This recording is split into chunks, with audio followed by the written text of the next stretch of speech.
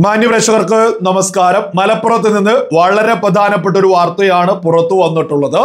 സിറാജുദ്ദീൻ എന്ന മതപ്രഭാഷകന് തന്റെ social media അക്കൗണ്ടിലൂടെ നിരന്തരം മതം പ്രചരിപ്പിക്കുന്ന സിറാജുദ്ദീന് അവരുടെ ഭാര്യയെ കൊലപ്പെടുത്തിയിരിക്കുന്നു. വാടക വീടാണ് മലപ്പുറത്ത്. ആ വാടക വീട്ടിൽ വെച്ചിട്ടാണ് ഭാര്യയുടെ പ്രസവം സ്വന്തമായിട്ട് അങ്ങ് എടുത്തു. കുട്ടി പ്രസവിച്ചു, ഭാര്യ കൊല്ലപ്പെട്ടു. 5ാമത്തെ പ്രസവ. നിങ്ങളൊന്ന് ആലോചിച്ചു നോക്കൂ. ബുദ്ധിയും വിവേകവുമുള്ള ഏതൊരു മനുഷ്യരും ഹോസ്പിറ്റലിനെ അല്ലേ ആശ്രയിക്കേണ്ടത്? ഇത്തരം സിറാജുദ്ദീൻമാർ നമ്മുടെ കേരളത്തിൽ ഇപ്പോ കുറച്ച് അധികമുണ്ട് എന്നുള്ളതൊരു യാഥാർത്ഥ്യ. നമ്മൾ ഇത് ആദ്യത്തെ വാർത്തയല്ല കേൾക്കുന്നത്, ഇത് അവസാനത്തേതുമല്ല. കാരണം ഇതേ ചിന്തയുള്ള ആളുകൾ നമ്മുടെ കേരളത്തിലുണ്ട്. ഈ സിറാജുദ്ദീനൊക്കെ പരമ ഒരു ഉളയാ, കൊലപ്പെടുത്തിയത് തന്നെയാ, ഒരു തർക്കം വേണ്ട അതിലൊന്നും. കാരണം എന്താ, ഈ മരിച്ചവരെ ജീവിപ്പിക്കുന്ന തരത്തിലുള്ള അന്ധവിശ്വാസങ്ങളാണ് സ്വന്തം ചാനലിലൂടെ പറയുന്ന സിറാജുദ്ദീൻ നിരന്തരം പ്രചരിപ്പിച്ചിട്ടുള്ളത്. അത്തരമൊരു ഉദാഹരണം ഞാനിവിടെ കൊടുക്കാം. സിറാജുദ്ദീൻ അത്തരത്തില് സ്വന്തം ഭാര്യയെ മരിക്കാൻ കാത്തുനിന്ന് അതിനുശേഷം സ്വന്തം ജീവിപ്പിക്കാനുള്ള എന്തെങ്കിലും കാര്യങ്ങൾ ചെയ്തിട്ടുണ്ടോ? ഇതൊക്കെ പോലീസ് കൃത്യമായിട്ട് അന്വേഷിക്കട്ടെ. ഏതായാലും ഈ സിറാജുദ്ദീന്റെയൊക്കെ ചാനലിലൂടെ പ്രചരിപ്പിക്കുന്ന ചെറിയൊരു ഭാഗം ഞാൻ ഇവിടെ കൊടുക്കാം, നിങ്ങളൊന്ന് കേട്ടു നോക്കൂ. അതായത് മരിച്ചവരെ ജീവിപ്പിക്കുക.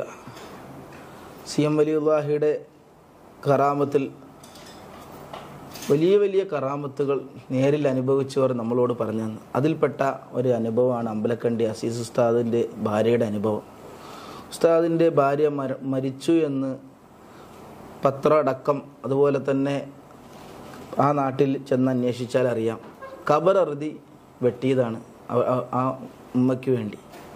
ഏതായാലും മരിച്ചു എന്ന് എല്ലാവരും വിധി എഴുതിയ ആ ഉമ്മയാണ് ഇന്നും ഹയാത്തിലുള്ളത്. CM വലിയുള്ളാഹിയെ കാണുകയും അവിടുത്തെ ഒരു വാക്കാണ് ഇന്ന് ആ മടവൂർ കാഫിലയിലെ അനുഭവങ്ങൾ നമുക്കൊന്ന് കേട്ടു നോക്കാം. കേൾക്കല്ലോ.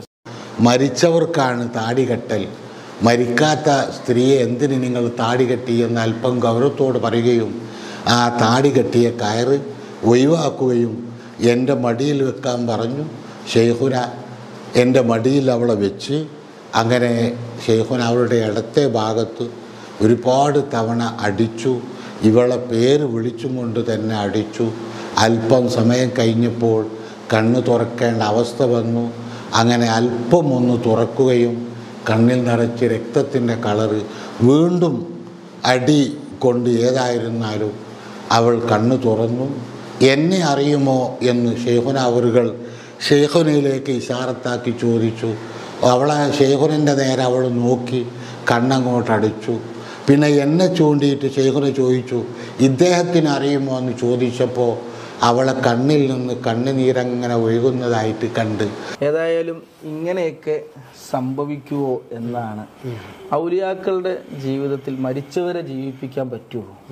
ഇതൊക്കെ മായാവി കഥകളല്ലേ, പുളൂസ് കറാമത്തുകളല്ലേ, ജനങ്ങളെ തെറ്റിദ്ധരിപ്പിക്കുകയല്ലേ നിങ്ങളെന്ന് പറഞ്ഞുകൊണ്ട് സാധാരണക്കാരായ ആളുകളുടെ ഇടയിലേക്ക് ഒസ്വാസം ഉണ്ടാക്കുന്ന ഒരു ശൈലിയാണ് നമ്മളിന്ന് കണ്ടുകൊണ്ടിരിക്കുന്നത്. നിങ്ങൾ കേട്ടില്ലേ, മരിച്ചവരെ ജീവിപ്പിക്കാൻ നടക്കുന്ന ഒരു വ്യക്തിയാ.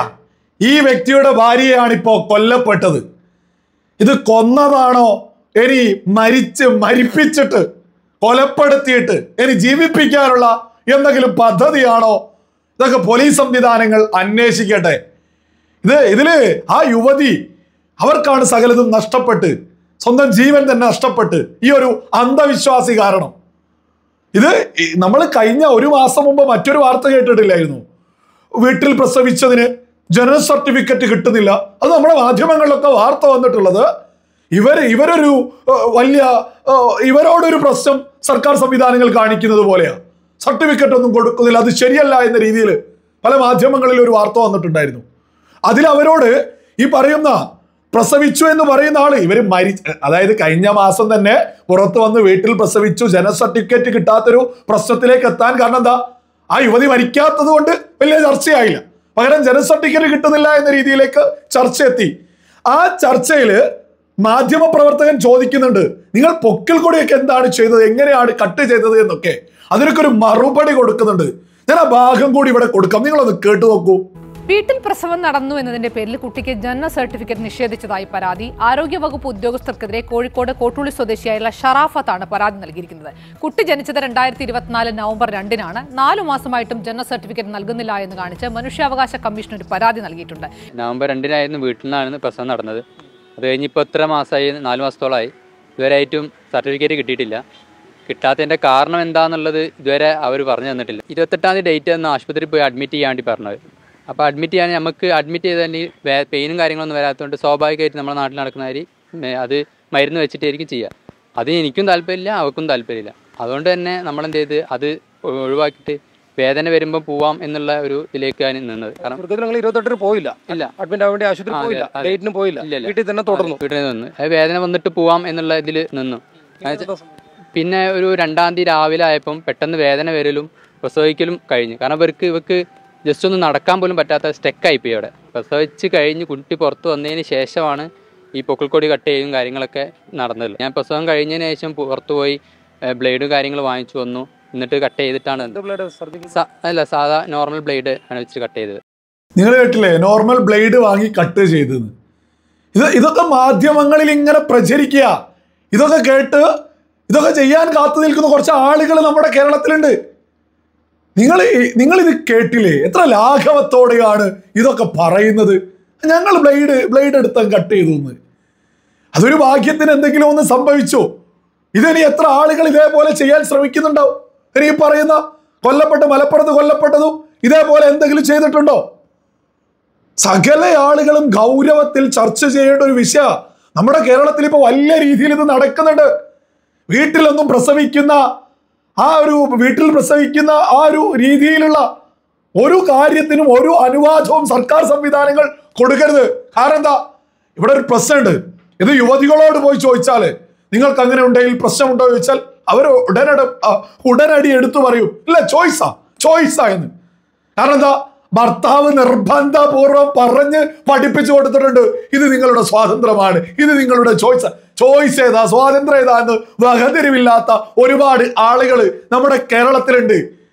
അവരെല്ലാത്തിനും സ്വാതന്ത്ര്യം എന്നങ്ങ് വിളിച്ചു പറയും. സ്വന്തം ജീവൻ പോകുന്ന ഒരു പ്രശ്നമാണെന്ന് പോലും അറിയാതെ ഇത്തരം കുറെ ആളുകൾ വിളിച്ചു പറയാം. നമ്മുടെ സർക്കാർ സംവിധാനങ്ങൾ വീടുകളിൽ ഈ കാലഘട്ടത്തിലും പ്രസവിക്കുന്ന സംവിധാനത്തെ ശക്തമായിട്ട് എതിർത്ത് രംഗത്ത് വരണം. കാരണം ഈ വിശ്വാസമൊക്കെ ആയിട്ട് നടക്കുന്നത് ഇവരുടെ ഭർത്താക്കന്മാരായിരിക്കും. ഇതിന് ഇരയാവുകാരാ സ്ത്രീകള്. എന്നിട്ട് ഈ ഭർത്താക്കന്മാരെന്താ ചെയ്യാ? മരിച്ച് 40 കഴിയാൻ കാത്തിരിക്കൂ, അടുത്ത പെണ്ണും കെട്ടു. ഇതാണ് നമ്മുടെ കേരളത്തിൽ നടക്കുന്നത്. ഇത്തരം ആളുകൾ നമ്മുടെ കേരളത്തിലുണ്ട്. ഇതിനെതിരെ ശക്തമായിട്ട് ബോധമുള്ള ആളുകൾ പ്രതികരിക്കണം. കുറെ അന്ധവിശ്വാസികൾ, ഈ ഒരു അന്ധവിശ്വാസി കാരണല്ലേ ഇപ്പൊ മലപ്പുറത്ത് ഒരു യുവതി കൊല്ലപ്പെട്ടത്. ആ യുവതിയൊക്കെ പെട്ടുപോയതായിരിക്കും. കല്യാണം കഴിച്ച് എത്തിപ്പെട്ടത് ഇതുപോലെ ഒരു അന്ധവിശ്വാസിയുടെ കൂടെ. ഇതൊക്കെ സകല ആളുകളും തിരിച്ചറിയുക. ഇത്തരം സോഷ്യൽ മീഡിയകളിലൂടെയൊക്കെ മരിച്ചവരെയും ജീവിപ്പിക്കുന്ന തരത്തിലൊക്കെ പ്രചരണം നടത്തുന്നവർക്കെതിരെയൊക്കെ ശക്തമായിട്ടുള്ള നടപടികളൊക്കെ തന്നെ എടുക്കണം. കാരണം യുവന്മാരൊക്കെ അതുപോലെ ട്രൈ ചെയ്യാൻ ഇറങ്ങുമെന്നുള്ളതാണ് നമ്മളിപ്പോൾ കുറച്ചായിട്ട് നമ്മുടെ കേരളത്തിൽ പുറത്തു വരുന്ന ഓരോരോ വാർത്തകളും കേട്ടുകൊണ്ടിരിക്കുമ്പോൾ മനസ്സിലാക്കാൻ സാധിക്കുന്നത്. ഈ പറയുന്ന സിറാജുദ്ദീനെയൊക്കെ കൊലക്കുറ്റത്തിന് തന്നെ കേസെടുത്തിട്ട് തുറങ്കലിൽ അടയ്ക്കണം.